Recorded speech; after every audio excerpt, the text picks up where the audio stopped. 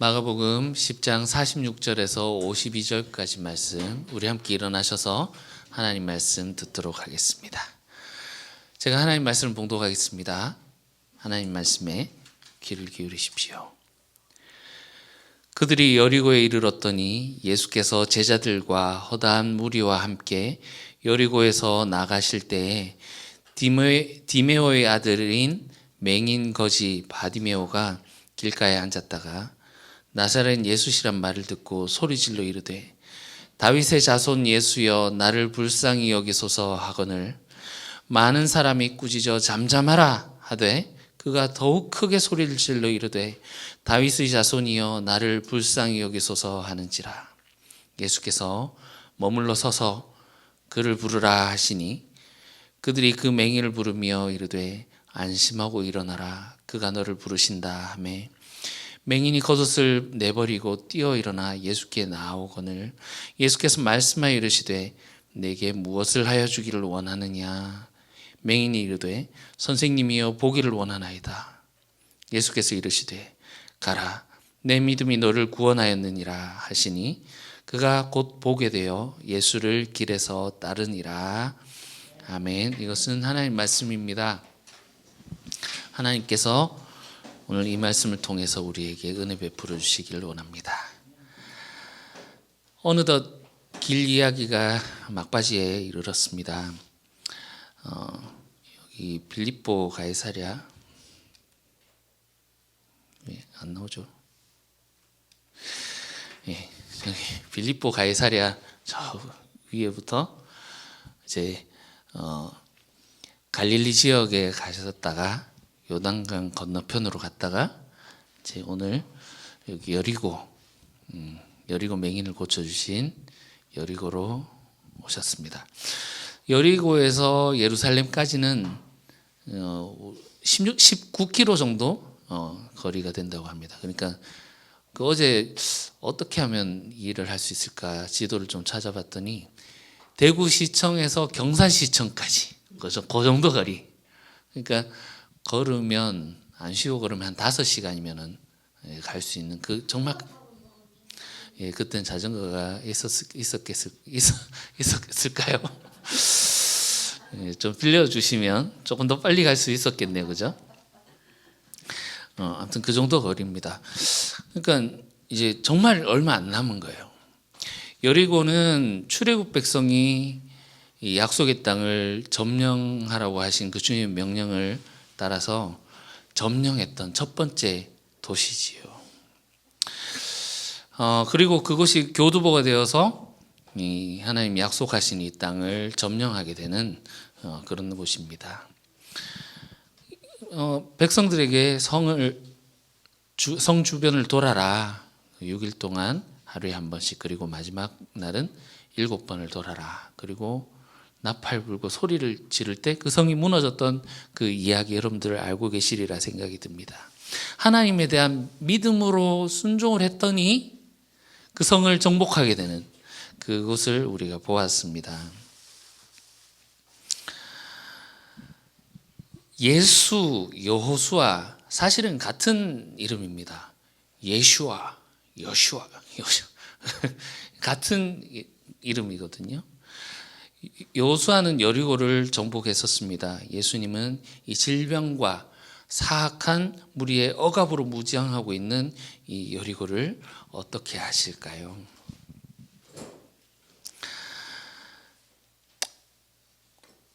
오늘 본문은 예수님이 여리고에서 무엇을 하셨는지에 대해서는 기록하지 않고 있습니다. 다만 예수님이 여리고에 가셨다가 여리고를 나가실 때 그것을 그 배경으로 하고 있습니다. 예수님이 여리고를 나가실 때 많은 무리들이 예수님을 따랐습니다. 그 사람들이 가면서 웅성웅성하고 있으니까 그 거지 맹인 바디메오가 나사렛 예수시라는 말을 듣게 됩니다. 바디메오라는 이름은 디메오의 아들이란 뜻이에요. 그러니까 바는 누구의 아들이란 뜻이거든요. 그 디메오의 아들 바디메오가 아마 예수님이 병자들을 치유하셨던 그 소식들, 그리고 특히나 벳세다에서 그 맹인을 고치셨다는 소문을 아마 듣지 않았을까 싶습니다. 저분이 이곳에 저분을 한번 만날 수 있으면 얼마나 좋을까 마음속으로 사모만 하고 있었지만 실제로 교통이 발달되어 있지 않은 시대니까, 심지어 자전거도 없던 시대니까, 그렇죠? 베세다까지 굉장히 멀잖아요. 저분을 언제 한번 만날 수 있을까 고대를 했을 겁니다. 그런데 그 나사렛 예수께서 그 앞을 지나가신다니요. 아마 이 바디메오는 자기가 고침을 받을 수 있을지도 모른다는 생각에 굉장히 흥분했을지도 모릅니다. 마음에 불붙는 듯 했을 겁니다. 그래서 소리를 질렀습니다. 다윗의 자손 예수여, 나를 불쌍히 여기소서. 그런데 예수님 주변에 몰려있던 많은 사람들이 그를 막았었습니다. 꾸짖어 잠잠하라 하는데, 이 꾸짖다라는 말은 죽기, 귀신을 쫓아낼 때 쓰는 말이거든요. 여러분, 귀신 쫓아낼 때 어떻게 하십니까? 나사렛 예수 이름 명하노니 떠날지어다, 이렇게 하잖아요. 바디메오에게 사람들이 그렇게 했다라고 생각해 보십시오. 굉장히 거친 말로 잠잠하라 하면서 굉장히 거친 말로 그를 몰아세웠을 것이 분명합니다. 그런데 이 46절에 보시면 바디메오를 소개할 때 맹인 거지라고 했거든요. 우리는 맹인이고 거지고 하면 먼저 불쌍하다라는 생각이 먼저 드시지요. 당시 사람들이 맹인이고 거지라는 말을 들었으면 어떻게 느꼈을까요? 당시 사회 문서에 이런 발견된 부분들이 있는데, 맹인들은 이 공동체에서 오히려 배제되는 사람으로 여겼습니다. 왜냐하면 질병은 죄로부터 왔고, 너의 죄든지 부모의 죄든지 아무튼 죄가 어쨌든 이 죄 때문에 네가 지금 못 보게 된 것이다 여겼기 때문에 그 맹인들을 굉장히 부정한 자로 여겼습니다. 그래서 이 성 안에 있는 공동체에서 격리를 하기도 했고, 예루살렘에 못 들어오도록 하나님이 거하시는 도시인 예루살렘을 더럽히지 못하도록 출입금지 시켰던 것입니다. 사람들이 거칠게 맹인 거지를 막았었습니다. 어디 부정한 너 따위가 예수님 지금 예루살렘을 향해서 가시는데 네가 그 길을 지체하게 할 수 있느냐 하면서 막았지만, 사람들이 그를 누르면 누를수록 바디메오는 더욱더 크게 소리를 질렀습니다.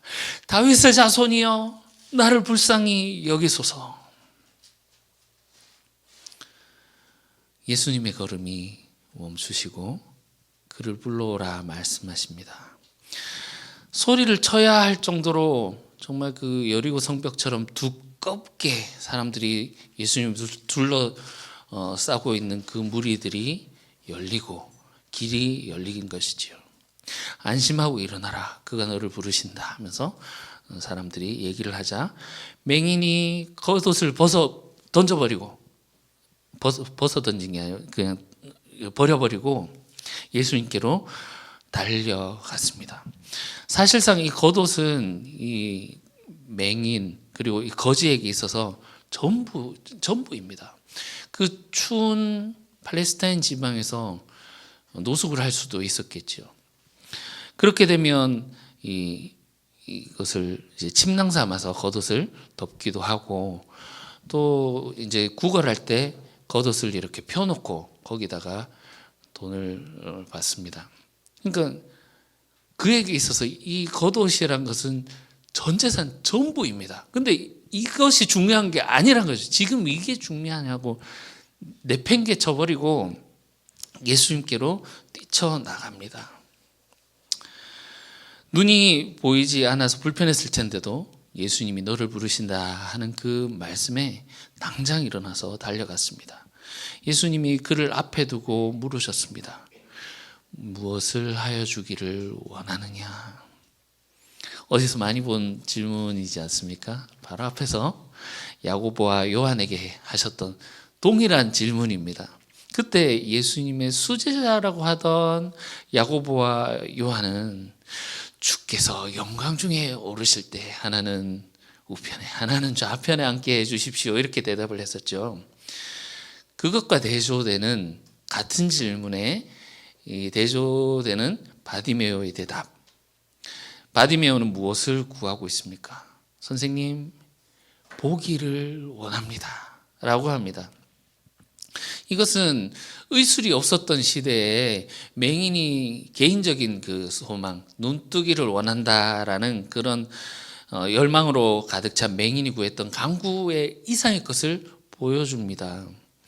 왜냐하면 예수님이 그의 간구를 들으시고 가라 말씀하셨죠? 나았다란 말입니다. 가라, 너의 믿음이 너를 구원하였느니라 말씀하셨는데, 만약에 눈 뜨는 것이 그의 목적이었다면 이제 보입니다, 고맙습니다 하면서 갔겠죠. 그런데 그가 머물던 곳으로 돌아가지 않고 그 길에서 즉시 예수님을 따랐다고 말하고 있습니다. 마가복음은 이 본문을 통해서 우리에게 이 길에서 따름, 예수님이 가셨던 이 길, 우리가 지금까지 보았던 예수님의 길을 따라가는 것이 무엇인가 묻고 있는 것입니다. 사실 오늘 본문에 보면 예수님을 따르는 허다한 무리들, 수많은 사람들이 있었습니다. 그들도 예수님을 따르고 있지요. 그렇지만 그 따르는 사람 속에서 맹인 이 바디메오를 향해서 콕 집어서 예수님 말씀하지 않습니까? 내 믿음이 너를 구원하였다, 가라, 이렇게 말씀하지 않습니까? 이 구원 선포는 무리들과 맹인을 구분하는 것처럼 보입니다. 이 장면은 우리에게 질문을 던집니다. 그렇다면 예수님이 바디메오를 향해서 네가 구원을 받았다라고 말씀을 하시는데, 그러면 예수님을 따르는 이 수많은 무리들은 구원을 받지 못했다는 말인가? 그들은 구원을 받았을까요? 받지 못했을까요? 아니, 그것보다 더 근본적으로 이 무리들과 바디메오를 가르는, 구분하는 요소가 무엇일까요? 간절함일까요? 바디메오의 이 집요함, 간절함, 사람들이 막아서도 더 크게 주님을 부르짖고 굴하지 않고 어떤 상황에서라도 주님을 향한 그 열망, 갈망, 그의 전재산이라고 할 수 있는 겉옷도 던져버리고 주님께 뛰어가는 이 장면은 정말 신앙인으로서 우리에게 참 그 마음을 울리는 장면인 것 같습니다. 그러나 오늘 예수님을 따르는 허다한 무리들, 그들은 이런 간절함이 없었을까요? 저는 개인적으로 그들도 나름의 간절함이 있었을 거라고 생각이 됩니다. 다음 주에 우리가 예수님께서 예루살렘 성전에 입성하시는 그 장면을 보게 될 텐데, 그때 사람들은, 수많은 사람들이 모여서 호산나, 주의 이름으로 오시는 이여 다윗의 나라여 하면서 열광하며 찬양하며 그들이 가지고 있었던 그 갈급함에 대한 표현을 하게 됩니다.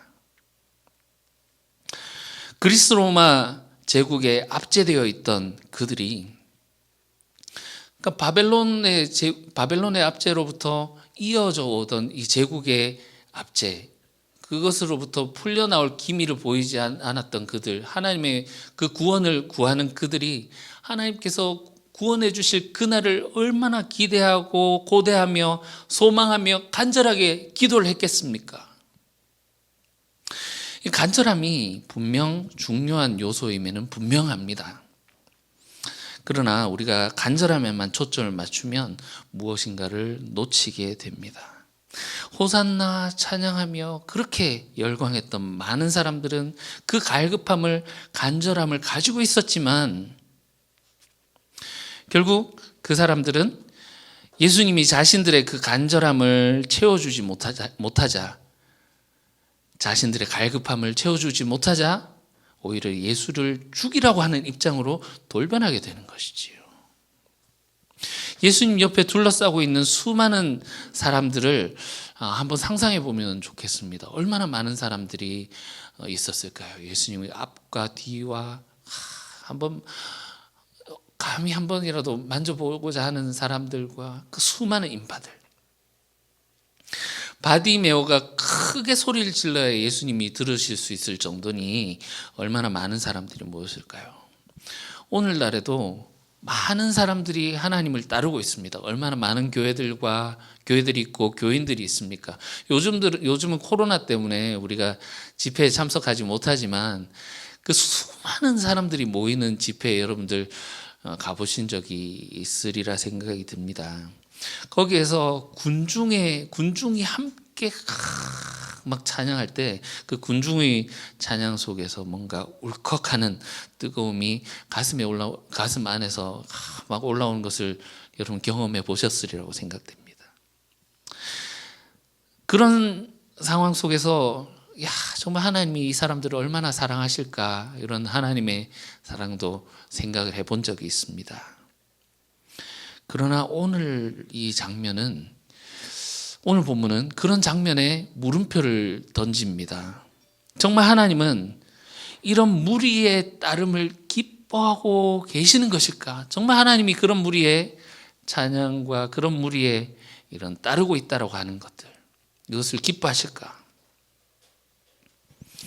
우리는 그 무리 가운데 있을 때에 정말 그 하나님의 구원받은 그 백성들 가운데 있다라는 그런 안도감, 정말 그 감격, 이런 것들을 느끼지만 정말 이들이 구원받은 게 맞습니까? 우리는 생각해 보게 됩니다. 예루살렘으로 향한 예수님의 길은 이제 얼마 남지 않았습니다. 고지가 눈앞에 있습니다. 이 긴급한 상황에 예수님은 걸음을 멈추십니다. 예수님의 시각은 이 보기를 원한다는 맹인에게로 향합니다. 여러분, 그 누가 하나님의 발길을 막는다거나 멈추게 할 수 있습니까?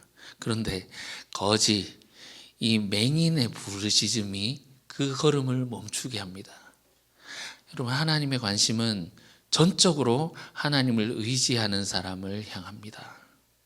그 사람이 부자이든 거지이든 남자이든 여자이든 유대인이든 이방인이든 그 사람의 조건과 외모와는 상관없이 하나님 외에는 의지할 것이 없어서 부르짖을 수밖에 없는 사람을 예수님은 사뿐히 들여밟고 가시는 일이 없다는 거지요.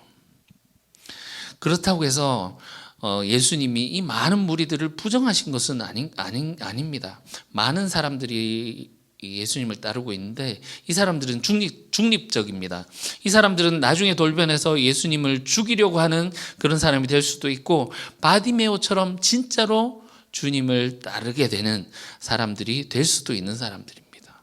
오늘 바디메오의 이야기는 이 무리들, 즉 사탄의 하수인이 될 가능성이 있는 그런 따름을 하고 있는 무리들과 진짜 따름을 하고 있는 맹인을 날카롭게 갈라놓습니다. 그 구분한 요소가 무엇입니까?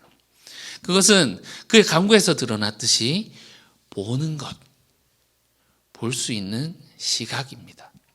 누가 맹인이냐 하고 오늘 본문은 묻고 있는 것입니다. 많은 사람들이 나는 보는 사람이네 하면서 예수님을 따른다라고 하고 있지만 볼 수 없다고 하는 맹인을 통해서 그들이 정말 구원에 이르는 시각, 참된 시력을 가지고 있는지 물어보고 있는 것입니다. 우리는 정말 이 맹인이 보고 있는 것을 보고 있을까요?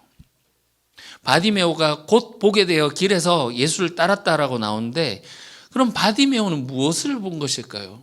바디메오가 보고 있는 것을 우리도 동일하게 보고 있습니까?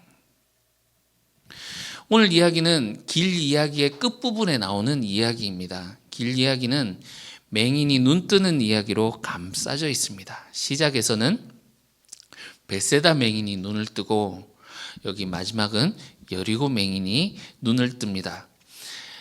벳세다 맹인이 눈을 뜨고 나서 그 길 이야기의 시작은 예수님의 질문으로 시작하고 있습니다. 예수님이 물으시죠. 사람들이 나를 누구라 하더냐? 이 질문은 너희는 나를 누구라 하느냐는 질문으로 이어집니다.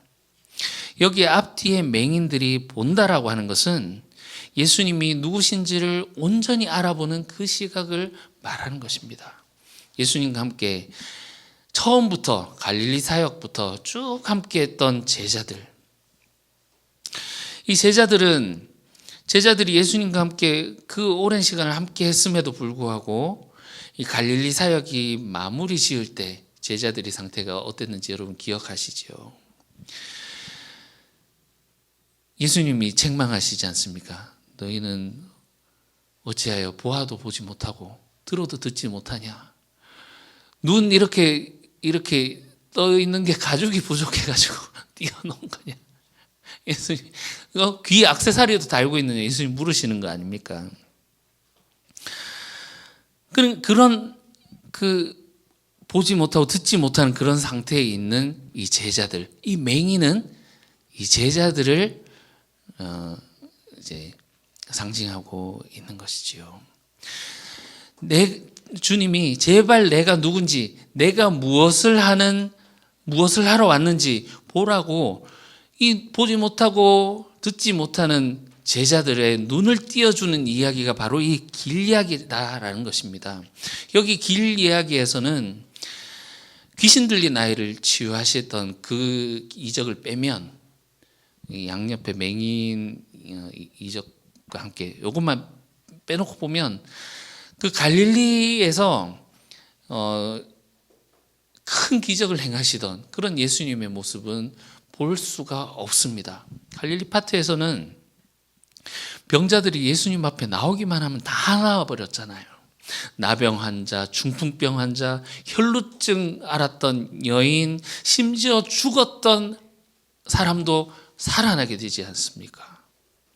특히나 그 가버나움의 하루, 정말 거기서는 온 마을이 치유를 받고 귀신이 떠나고 치유를 받는 그 안식일이 온전히 회복되는 그 가슴 뛰는 장면도 우리가 보았습니다. 그런데 이 길 이야기에서는 그런 예수님이 없습니다. 물론 변화산에서 한번 예수님이 제자들을 데리고 가셔서 영광스럽게 변모하는 모습을 한번 보여주긴 하시지만 그것은 장차 아버지의 영광으로 올 예수님의 그 영광을, 아버지의 영광을 미리 보여주신 것일 뿐이지요. 대신 예수님은 3번에 걸쳐서 인자의 순환에 대해서 예고하셨습니다. 고난과 죽음에 대해서 말씀하십니다. 자기 부인과 십자가에 대해서 말씀하셨습니다. 결정적으로 10장 45절에서 예수님이 이 땅에 오신 목적이 섬김이다. 그리고 그것이 자기 목숨을 내어줘서 많은 사람들을 살리기 위함이다라고 가르쳐 주셨습니다. 이 예수님이 가시는 길, 하나님의 길이 십자가의 길, 죽음의 길이고 이것이 하나님의 뜻이다. 내가 이것을 하기 위해서 왔다라는 것이 예수님의 가르침이었습니다.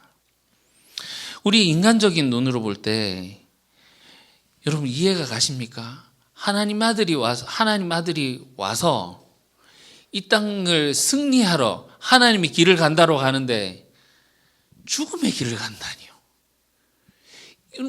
정말 이해가 가십니까? 이 세상 사람들의 눈으로 보면 예수님은 하나님 나라 사역을 하다가 십자가에서 비극적인 죽음을 맞이한 비참한 처형을 당한 하나님 나라 운동을 하다가 실패한 한 사람일 뿐이지요. 그렇지만 그것은 하나님의 뜻이었다. 그리고 그 안에 하나님의 놀라운 비밀이 있다라는 것이 예수님의 가르침이었습니다. 예수님이 눈 뜨고 보라는 것은 그 죽음 안에 담겨 있는 하나님의 비밀, 내가 가는 이 길 안에 담겨 있는 이 길이 하나님의 승리로 연결되어진다라는 그 하나님의 비밀을 보라는 것입니다. 이해할 수가 없죠. 예수님을 따르고 예수님을 보아왔던 제자들조차도 그것을 보고 이해할 수 없을 정도였으니 말입니다. 예수님은 이스라엘의 대표가 되셔서 이스라엘의 한 사람의 의인이 되셨고, 이스라엘이 이루어야 할 의, 그 하나님께서 이스라엘에게 요구하셨던 그 의를 이루심으로 말미암아 이스라엘의 한 사람 의인이 되심으로 망해버려야 할 이스라엘의 구원을 가져다 주신 것입니다. 아담으로 인해서 이 세상에 죄가 들어왔고 모든 사람들이 죄 가운데 빠졌으며 그래서 죽게 되었지만, 예수님이 새로운 아담, 인류의 대표로서 새로운 아담이 되셔서 예수님이 인류의 모든 죄악을 대신 짊어지시고 의를 보이심으로 모든 사람들에게 생명을 주시게 하신 그 사역이었다라는 것입니다. 인간과 하나님과의 화해를 이루신 것이지요. 예수님은 불의한 세상에 하나님의 의로움으로 맞서셨습니다. 죄를 죄로, 폭력을 폭력으로 갚지 않으시고 불의로 가득한 세상에 의로 맞서시고 하나님의 사랑으로 맞서셨기에 희생당하셨던 것이지요. 이것이 길 이야기에서 세 번의 순환 예고를 통해 알려진 하나님 나라의 비밀입니다. 학자들이 이것을 통상 순환 예고로 하니까 순환 예고라고 하거든요. 그래서 저희가 이것을 순환 예고 첫 번째, 두 번째, 세 번째 순환 예고라고 하는데, 정확하게 얘기를 하자면 순환과 부활 예고지 않습니까? 하나님은 의의 길을 가신 예수님을 죽은 자 가운데서 살리심으로 말미암아 이 세상이 얼마나 불의한 곳인지, 그리고 예수님이 얼마나 옳은 분이셨는지 증명하셨습니다. 이 세상의 불의함을 심판하시고 예수님을 신원하심으로 말미암아 그 죽은 자들 가운데서 부활의 첫 열매로 삼으시고 그를 따르는 자들에게 동일한 부활의 영광, 하나님의 영광을, 하나님의 생명, 하나님의 영광을 입히시겠다고 보여주신 것이지요. 그래서 예수님이 가신 이 길은 하나님의 최종 승리를 향한 길입니다. 순환과 죽음이란 길을 먼저 통과해야 하나님의 영광에 참여할 수 있다는 하나님의 비밀을 알려주신 것이지요. 이 예수님이 보여주시고 가르쳐주신 길을 온전히 본다라는 것은 또한 우리의 삶과도 연관이 있습니다. 왜냐하면 예수님은 자기를 따르는 자들에게도 그 길을 가야 한다라고 말씀하시기 때문입니다. 자기를 부인하고 자기 십자가를 지고 나를 따르는 자는 인자가 아버지의 영광으로 다시 오는 그때에 그 영광에 동참하게 될 것이다 라는 것 또한 세 번 반복해서 강조해서 알려주셨지요. 맹인 바디메오가 곧 보게 되어 길에서 그를 따랐다라는 말은 그의 영적인 시각이 열렸다라는 말입니다. 예수님이 가르쳐 주신 이 하나님 나라의 비밀을 보았다라는 뜻입니다. 예수님이 어떤 분인지, 하나님 나라가 어떤 것인지 정확하게 보게 되고 예수님의 가르침을 따라 길에서 곧 예수를 따르니라, 예수님을 따라가는 삶을 살았다라는 진정한 제자가 되었다는 말이지요. 오늘 본문에 예수님을 따르는 수많은 사람들이 있습니다. 그런데 이 중에는 이 바디메오처럼 영적인 시각이 열려서 정말 예수님이 말씀하신 그 길을 따라가는 사람도 있을 테고 그렇지 않고 따라가는 사람도 있을 겁니다. 이 두 부류를 조금 쉽게 구분지어서 다르게 표현을 해보면 예수님을 따라가는 자와 예수님을 끌고 가는 자로 표현할 수 있겠습니다. 맹인은 마지막 길에서 곧 예수님을 따랐지만 그렇지만 이제 다른 사람들은 예수님을 끌고 가고 있는 것입니다. 메시아는 우리나라를 이 로마 제국으로부터 구해야 돼요. 구원해야 된다. 신적인 전사로서 하나님의 능력을 가지고 천군 천사를 하늘에서 부르든지 아니면 하늘에서 유황불을 내려서 소돔과 고모라처럼 멸망을 시키든지 아니면 그 출애굽 때처럼 죽음의 영을 보내서 우리는 다 하나님이 보호를 해주시고 저들은 다 싹 쓸어버리시기를 그렇게 기대를 했던 거죠. 이 메시아는 저들을 멸하고 우리에게 새로운 출애굽 시대를 열어주실 것이다. 기대를 했습니다. 그래서 예수님을 따르고 있는 것이죠. 베드로도 그랬지 않습니까? 예수님이 인자는 장로들과 대제사장들과 서기관들에 넘겨져서 순환과 죽음을 당하고 사흘 만에 부활할 것이다. 이렇게 말씀하셨더니 예수님 역사를 붙잡고 당신은 그런 인자적인 그리스도가 되어서는 안 됩니다. 우리가 원하는 메시아적인 그리스도가 되셔야지요. 막아섰지 않습니까?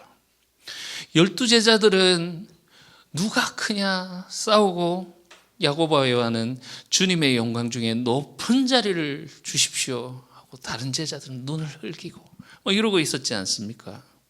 이들은 예수님을 따르는 자가 아니라 자신들의 간절함, 자신들의 갈망을 가지고 예수를 끌고 가고 있는 자들이란 말입니다. 여러분, 누가 진짜 제자처럼 보이십니까? 제자들이 오랫동안 예수님을 보아왔지만 예수님 우리가 따를 때 우리 다 버리고 따랐는데 뭐 줄래요? 우리가 이렇게 주를 섬겼으니 높은 자리 주셔야죠. 여전히 이렇게 보지 못하고 있는 제자들을 고발하고 있는 것입니다. 이 아무것도 아닌 부정한 사람, 외부인으로 판명되고 있는 이 맹인 거지 바디메오를 통해서 말이죠. 이 외부인은 보게 되어서 내부인이 되지만 내부인이라고 하는 제자들은 예수님 바로 옆에서 따른다고 하고 있지만 예수님을 보지 못하고 외부인이 될 수도 있다라는 경고이기도 하겠습니다. 사실 오늘 본문만 보자면 많은 사람들과 이 맹인들은 큰 차이가 없어 보입니다. 같이 막 따르고 있고 그 가운데 어울려서 불러오라 해서 막 그 같은 공간에 있고 막 그렇게 하기 때문이죠. 그러나 이 예수를 끌고 가는 자들이 궁극적으로 예수님을 끌고 가는 목적지가 어디입니까? 어디까지 끌고 갑니까? 결국 이들이 예수님을 끌고 가는 곳은 십자가입니다. 이들이 이런 행위가 예수님을 십자가에 못 박게 한다는 것입니다. 오늘 본문에서 바디메오를 막아서는 주체가 누구입니까? 48절 많은 사람이 꾸짖어 잠잠하게 하라 이렇게 말하죠. 여기 나오는 많은 사람은 누구입니까? 어떤 사람들입니까? 예수님을 따르고 있는 사람들입니다. 그렇죠? 예수님을 추종하는 자들이 사탄의 앞잡이가 되어서 예수님께 나오고자 하는 사람을 가로막고 있는 것이지요. 하나님의 말씀을 선포하신 예수님을 꾸짖고 누르고 결국 십자가에 못 박은 것은 하나님을 따른다라고 하는 하나님의 백성이라고 하는 사람들입니다. 아이러니지 않습니까? 물론 예수님은 많은 사람들을 살리기 위해서 목숨을 주셨다라고 하셨는 걸 보면 이 오늘 본문에 나오는 이 많은 사람들, 자기를 죽음에 내몰았던 이런 사람들을 위해서도 자신의 생명을 주신 거라고 할 수 있겠습니다. 그러나 우리가 계속 그 자리에 머물러서 우리가 원하는 바대로 예수님을 끌고 가는 것은 예수님 멱살을 쥐고 다시 십자가로 예수님 못 박으러 끌고 가는 것과 같습니다. 그런 사람이 하나님의 심판을 피할 수 있겠습니까? 보기를 원합니다. 예수님이 어떤 분인지 알고 그분을 따르는 자에게 그분의 구원이 주어지게 될 것입니다. 우리도 또한 이런 예수님을 따른다라고 하지만 이런 무리가 될 수 있음을 경계해야 할 것입니다. 예수님은 제자들에게 나를 따르라 말씀하셨습니다.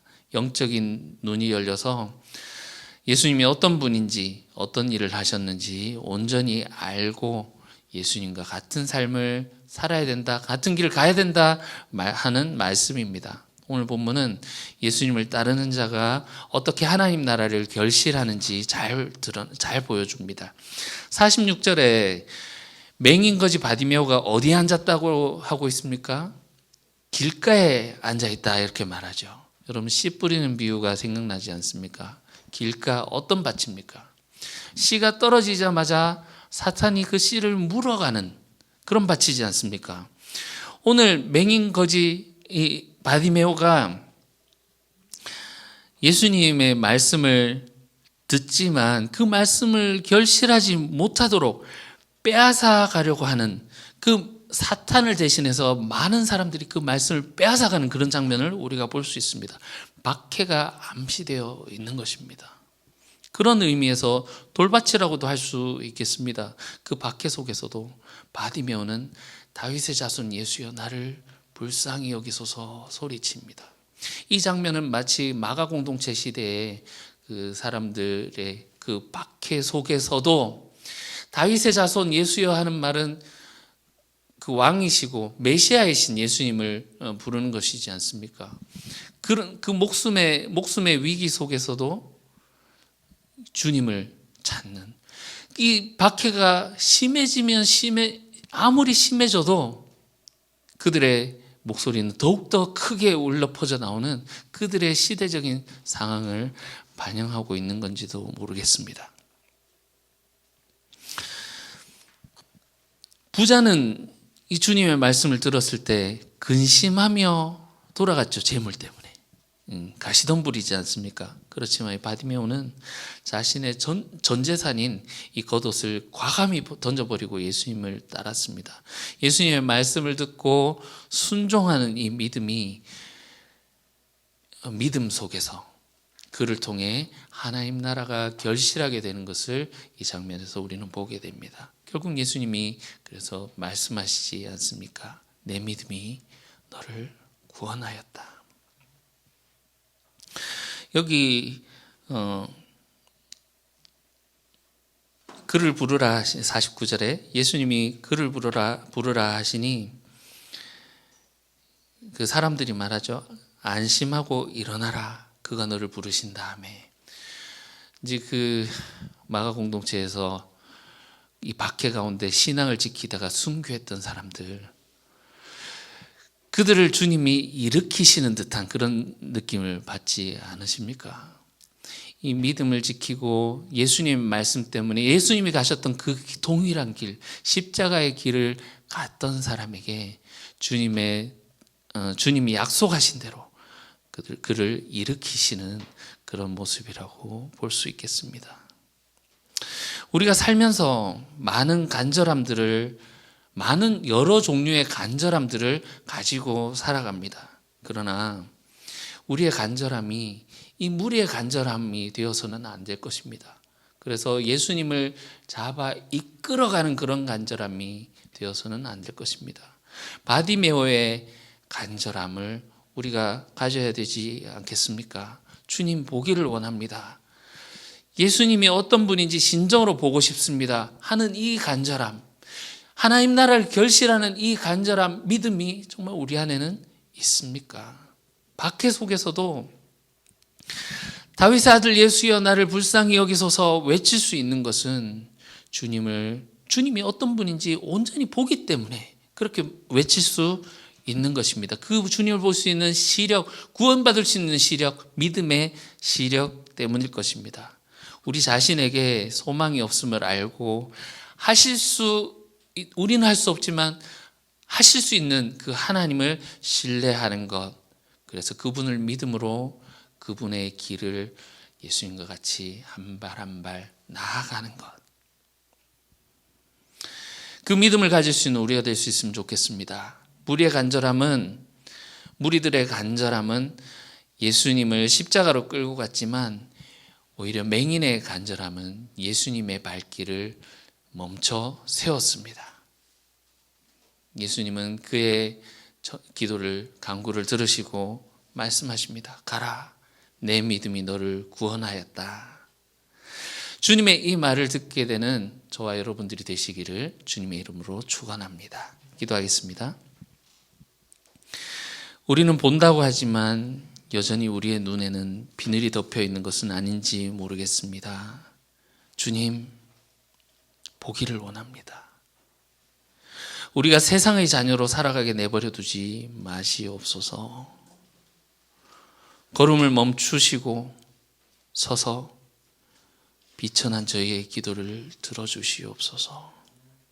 우리에게 보는 눈과 들을 수 있는 귀를 주셔서 주님과 동행하며 끝까지 주님의 길을 완수하는 저희들이 되게 하여 주시옵소서. 예수님의 이름으로 기도합니다. 아멘.